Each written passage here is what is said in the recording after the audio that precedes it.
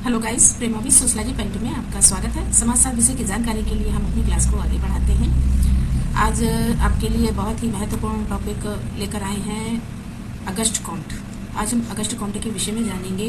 August count को समाजशास्त्र के पिता या जनक माना जाता है और इनको प्रत्यक्षवाद का जनक भी कहा जाता है।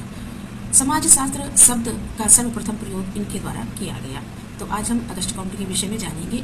चलिए आगे बढ़ते हैं और जानते हैं। आगे बढ़ने से पहले यदि आप मेरे चैनल पर पहली बार विजिट कर रहे हैं तो चैनल को लाइक, शेयर, सब्सक्राइब करिए। तो समाजशास्त्र के जनक और प्रत्यक्षवाद के जन्मदाता अगस्ट काउंट का जन्म फ्रांस के मॉन्टपेलियर के कैथोलिक परिवार में सन 1798 में हुआ था तथा इनकी मृत्यु 1857 में हुई थी। आगे बढ़ते हैं। अगस्ट काउंट अपने कॉलेज के दिनों में सेंट साइमन से बहुत प्रभावित हुए। सेंट साइमन के व्यक्तित्व से ये इतना अधिक प्रभावित थे कि इन्होंने उन्हें अपना गुरु माना। सेंट साइमन फ्रांसीसी समाजवाद एवं समाजशास्त्र दोनों के प्रणेता माने जाते हैं, क्योंकि सेंट साइमन के द्वारा सर्वप्रथम समाजशास्त्र की नींव रखी गई थी और इन्होंने समाजशास्त्र शब्द की जगह सर्वप्रथम जीव विज्ञान नामक शब्द का प्रयोग किया था। इन्होंने कहा था कि एक ऐसा विज्ञान होना चाहिए जिसमें समाज का अध्ययन किया जाए, यानी समाज में होने वाली मानवीय घटनाओं का, क्रियाओं का अध्ययन किया जाए। तो सेंट साइमन ने क्या किया था कि इन्होंने सर्वप्रथम सामाजिक जीव विज्ञान की संज्ञा इस विषय को दी थी। फिर उसके बाद अगस्ट काउंट के द्वारा इस नवीन विज्ञान को सामाजिक व्यवस्था तथा प्रगति का विज्ञान कहा गया। अगस्ट काउंट ने इस नवीन विज्ञान को सामाजिक व्यवस्था एवं प्रगति का विज्ञान कहा। अगस्ट काउंट ने समाजशास्त्र को पहले सामाजिक भौतिकी नाम दिया। समाजशास्त्र शब्द से पहले इन्होंने सामाजिक भौतिकी का नाम दिया, किंतु इसके पहले क्लोजेट ने भी इसको सामाजिक भौतिकी नाम दिया था। तो इस नाम को उन्होंने बदलकर सन 1838 में समाजशास्त्र नाम रखा। तो सर्वप्रथम अगस्ट काउंट के द्वारा समाजशास्त्र विषय को समाजशास्त्र नाम दिया गया। चलिए आगे बढ़ते हैं। अगस्ट काउंट को प्रत्यक्षवाद का जनक कहा जाता है, क्योंकि इन्होंने बताया कि जो समाज में प्रत्यक्ष घटनाएं हो रही होती हैं, जो प्रत्यक्ष मानवीय क्रियाएं हो रही होती हैं, उन क्रियाओं को तर्क के द्वारा समझा जाना चाहिए। तो इसी वजह से अगस्ट काउंट को प्रत्यक्षवाद का जनक कहा जाता है। सेंट साइमन के विचारों से प्रभावित होकर ही अगस्ट काउंट ने दर्शन की नवीन शाखा को जन्म दिया, जिसे प्रत्यक्षवाद के नाम से जानते हैं। तो अगस्ट काउंट का कहना है कि सबसे पहले दर्शन शास्त्र को लोगों को समझना चाहिए, क्योंकि जब दर्शन शास्त्र को समझेंगे तभी वो समाज शास्त्र को समझ सकेंगे। अर्थात समाज शास्त्र को समझने के लिए दर्शन शास्त्र का समझना आवश्यक है, ऐसा अगस्ट काउंट कहते थे। प्रत्यक्षवाद शब्द का प्रयोग वैज्ञानिक पद्धति तथा दर्शन शास्त्र का बोध कराने के लिए किया। तो प्रत्यक्षवाद शब्द का प्रयोग इन्होंने किया सर्वप्रथम, और इनके द्वारा समाज में जो मानवीय क्रियाएं, घटनाएं और अंतःक्रियाएं होती हैं, उन क्रियाओं को समझने के लिए दर्शन शास्त्र का जानना आवश्यक है, ऐसा अगस्ट काउंट कहते हैं। और इस दर्शन के द्वारा ही उन्होंने वैज्ञानिक पद्धति का प्रयोग कर प्रत्यक्षवाद को समझाने का प्रयास किया। इन्होंने समाज शास्त्र को विज्ञानों की रानी कहा। सर्वप्रथम अगस्ट काउंट के द्वारा समाज शास्त्र को विज्ञानों की रानी कहा गया। अगस्ट काउंट की समाज शास्त्र को महत्वपूर्ण देन है इनका त्रिस्तरीय नियम। ये चिंतन की 3 अवस्थाएं हैं, सामाजिक चिंतन की 3 अवस्थाएं, जिसको अगस्ट काउंट ने त्रिस्तरीय नियम से कहा है। त्रिस्तरीय नियम में सबसे पहला उन्होंने आध्यात्मिक अवस्था बताया है, दूसरा इन्होंने तात्विक या अमूर्त अवस्था बताया है, और तीसरा इन्होंने वैज्ञानिक या प्रत्यक्षवादी की अवस्था बताई है। आध्यात्मिक अवस्था में अगस्ट काउंट कहते हैं कि इसको 3 भागों में उन्होंने बांटा है। और इन 3 भागों में सबसे पहले उन्होंने बताया है जीवित सत्तावाद, फिर दूसरा बहुदेववाद, तीसरा एकेश्वरवाद। तो आध्यात्मिक अवस्था में अगस्ट कॉम्टे कहते हैं कि पहले जीवित सत्तावाद यानी समाज में जो भी वस्तु थी,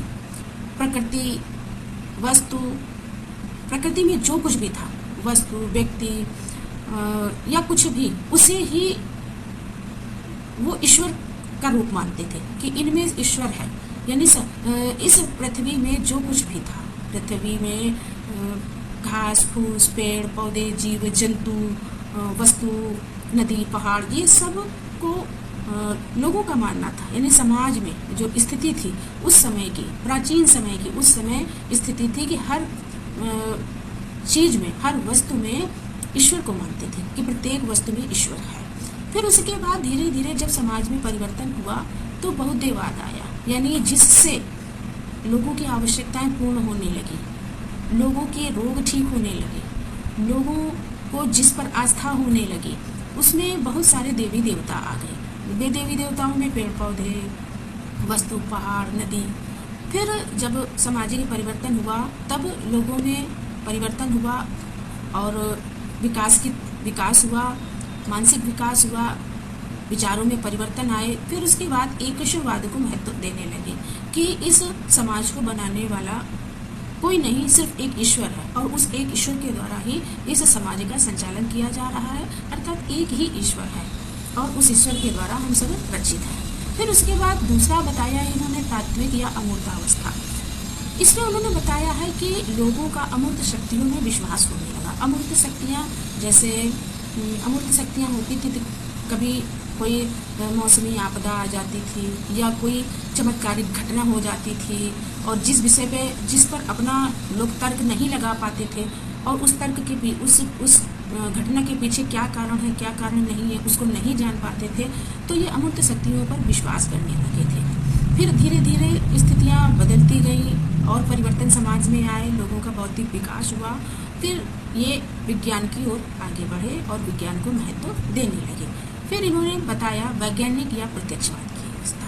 इसी अवस्था को इनकी बहुत ही, ये प्रत्यक्षवाद की अवस्था इनकी अक्सर एग्जामों में पूछ ली जाती है कि प्रत्यक्षवादी की अवधारणा किसके द्वारा दी गई है।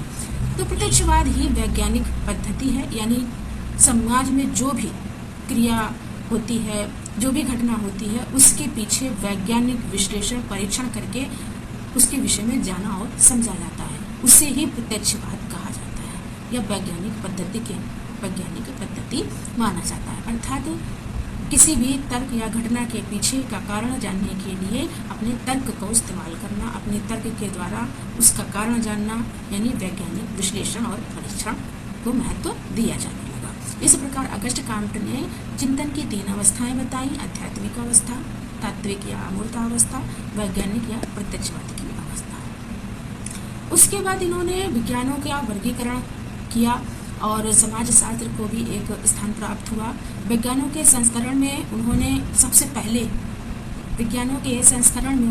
पहले गणित को बताया, फिर उसके बाद उन्होंने खगोल शास्त्र को बताया, फिर भौतिक शास्त्र को बताया, फिर रसायन शास्त्र को बताया, फिर जीव विज्ञान को बताया और उसके बाद इन्होंने समाज शास्त्र विषय को रखा कि ये विज्ञानों के क्रम है, जिसमें सबसे जो कठिनतम स्तर होता है वो गणित है। उसके बाद इन्होंने उससे सरलतम स्तर खगोल शास्त्र, भौतिक शास्त्र, रसायन शास्त्र, जीव विज्ञान और समाज शास्त्र को रखा। इस प्रकार इन्होंने विज्ञानों का संस्करण बताया और समाज शास्त्र को एक विज्ञान बताया। अगस्ट, ये कंपनी लिखा हुआ अगस्ट कॉम्टे समाज शास्त्र को 2 भागों में विभाजित करते हैं।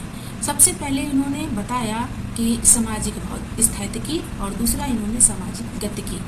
2 भागों में समाज शास्त्र को विभाजित किया और उसके 2 भागों में बांटा, एक सामाजिक स्थितिकी और सामाजिक गतिकी। सामाजिक स्थितिकी में समाजों के अस्तित्व की दशाओं अर्थात सादृश्य नियमों तथा सामाजिक गतिकी में सामाजिक परिवर्तन के निमित्ताओं अर्थात अनुक्रम के नियमों का अध्ययन किया जाता है। तो सामाजिक स्थितिकी में इन्होंने जो समाज में हो रही घटनाएं हैं उनकी स्थितियों का वर्णन करते हैं और उन स्थितियों में जो घटनाएं घटित हो रही हैं उनका उनका दृष्टिकोण अपने उन स्थितियों के अनुरूप बताते हैं कि उस समय जो घटनाएं होती थी वो समाज की स्थिति की और समाज के स्थायित्व की स्थितियां बनी हुई थी। फिर इन्होंने दूसरा बताया सामाजिक गति की, जिसमें इन्होंने बताया कि समाज में निरंतर परिवर्तन होते गए और परिवर्तन के फलस्वरूप उनमें घटनाओं में, उनकी क्रियाओं में, उनके विचारों में, उनके तर्क में परिवर्तन हुए और इसी प्रकार से उनका अनुक्रम और नियमों में परिवर्तन होता गया। तो इस विज्ञान को, समाजशास्त्र को इन्होंने दो भागों में बांटा, सामाजिक स्थिति की और सामाजिक गति की। फिर इन्होंने एक अवधारणा है, बहुत ही महत्वपूर्ण अवधारणा है, मानवता का धर्म, जो अगस्ट काम्टे के द्वारा दिया गया है। इन्होंने बताया कि मानव के धर्म को कायम रखने के लिए अगस्ट काम्टे मानवता के पुरोहितों का प्रावधान करते हैं। पुरोहितों का दायित्व धर्माध्यक्ष के रूप में होता है, अर्थात अगस्ट काम्टे एकमात्र धर्माध्यक्ष थे। अगस्ट काम्टे का कहना है कि जो समाज में नैतिक गुणों का विकास होता है वो धर्म के द्वारा होता है और समाज में मानवता को बढ़ाना आवश्यक है। मानवता के द्वारा ही समाज में एकता होगी, संतुलन होगा और व्यवस्था बनेगी, सामाजिक व्यवस्था बनेगी। तो इसके लिए इन्होंने पुरोहितों की बात की है कि जो धर्म कर्म के काम करते हैं वो ज़्यादातर पुरोहितों के द्वारा किए जाते हैं। तो इन्होंने अपने आप को भी एक पुरोहित की तरह माना है कि जो मैं कार्य कर रहा हूँ वो कार्य मानवता की रक्षा के लिए है, धर्म की रक्षा के लिए और मानवता का पाठ लोगों को पढ़ाने के लिए, अर्थात समाज में मानवता को फैलाना आवश्यक है, नैतिक गुणों का विकास समाज में होना चाहिए और वो कार्य मैं कर रहा हूँ। इसलिए पुरोहित का एक दायित्व धर्माध्यक्ष के रूप में मैं हूँ। इसीलिए इन्होंने अपने आप को एक पुरोहित यानी धर्माध्यक्ष के रूप में बताया है। अगस्ट काम्टे एकमात्र धर्माध्यक्ष माने जाते हैं। अगस्ट काम्टे का कहना है कि समाज शास्त्री आधुनिक समाज के पुजारी हैं। जो समाज शास्त्री हैं वो आधुनिक समाज के पुजारी हैं, अर्थात समाज में जो वर्तमान विचार होते हैं, वर्तमान घटनाएं होती हैं, वर्तमान स्थितियां बनी होती हैं, उनका अध्ययन समाज शास्त्रियों के द्वारा किया जाता है। इसी कारण अगस्ट काम्टे कहते हैं कि समाज शास्त्री आधुनिक समाज के पुजारी हैं। अब हम अगस्ट काम्टे के कुछ महत्वपूर्ण पुस्तकों के विषय में जान लेते हैं, जिसमें पॉजिटिव फिलॉसफी बहुत ज़्यादा परीक्षाओं में पूछी जाने वाली ये पुस्तक है, इम्पॉर्टेंट है, जो 1830 में प्रकाशित हुई थी। पॉजिटिव पॉलिटी रिलीजन ह्यूमैनिटी 1856 में प्रकाशित हुई थी और पॉजिटिव पॉलिटी 1851 में प्रकाशित हुई थी। आज हम लोगों ने अगस्ट काम्टे के विषय में जाना और वीडियो यदि आपको अच्छी लगी हो तो चैनल को सब्सक्राइब अवश्य कर दें। Thanks for watching.